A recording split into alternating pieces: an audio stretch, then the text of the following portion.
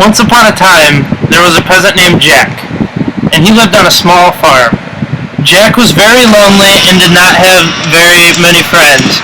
Every morning, he would take his mother's donkey into town and sell goods. He sold and traded things such as wheat, yams, and tomatoes with people from all around. One day while selling his goods, an old man approached him. The old man said to him, "What do you have to trade, young man?" I have wheat, yams, and tomatoes for sale, sir. "I'll trade you my 3 magic beans for all the goods in your basket." I'm sorry, sir, but I don't think I can make that trade with you. "I thought you might say that. But let me explain. These magic beans can grant you anything you wish of." Well, that does sound very interesting. Looks like we have a deal.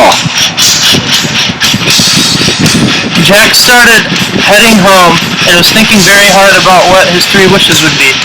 While he was contemplating his decision, he saw a very beautiful princess riding through town. He thought to himself, I could look at her forever.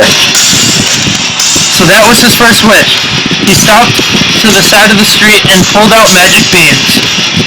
He wasn't quite sure how they worked, so he tried to eat one and instantly threw it right back up.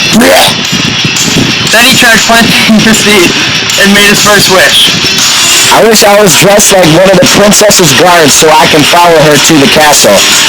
All of a sudden, he was magically transformed into a guard and followed the princess to her castle.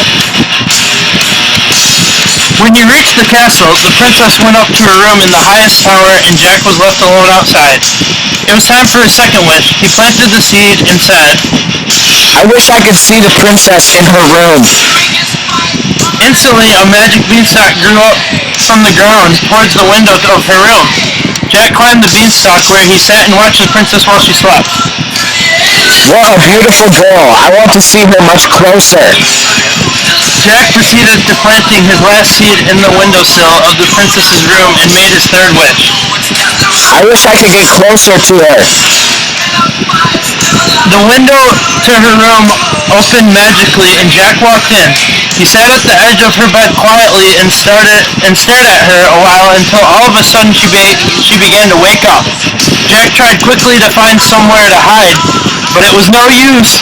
The princess saw him standing in her room and began to scream. Instantly, the room was filled with guards and they handcuffed Jack and brought him to the dungeon in the basement.